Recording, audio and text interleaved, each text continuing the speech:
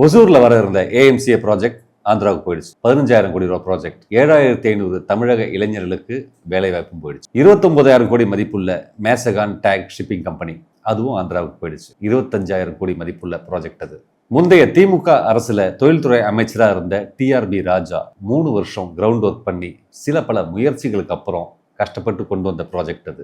எந்த ஒரு காரணமும் சொல்லாம இந்த 2 கம்பெனிகளும் ஆந்திராவுக்கு போயிருக்கு. இதுக்கு என்ன காரணம்னு மாண்புமிகு தொழில்துறை அமைச்சர் தமிழ்நாட்டு மக்களுக்கு தெளிவா விளக்கி சொல்லணும். நிதித்துறையில வெள்ளை அறிக்கை வெளியிடணும்னு தமிழ்நாடு கவர்மெண்ட் சொல்லியிருக்கு. அதே மாதிரி தொழில்துறையிலையும் வெள்ளை அறிக்கை வெளியிடணும்னு மக்கள் எதிர்பார்க்கிறாங்க.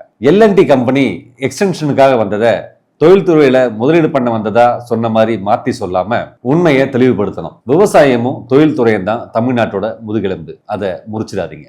அது முறிஞ்சு போச்சுன்னா தென்னிந்தியாவை தேடி வட மாநில இளைஞர்கள் பிழைப்பு தேடி வர்ற மாதிரி நம்மளுடைய இளைஞர்கள் நாளைக்கு வட மாநிலத்துக்கு வேலை தேடி போகிற மாதிரி ஆயிடும். ரியல் தொழில்துறை அமைச்சர் தான் இங்க வேணும். ரீல் வேண்டாம். 25+ branches and still growing. Arabian Garden Seafood Restaurant.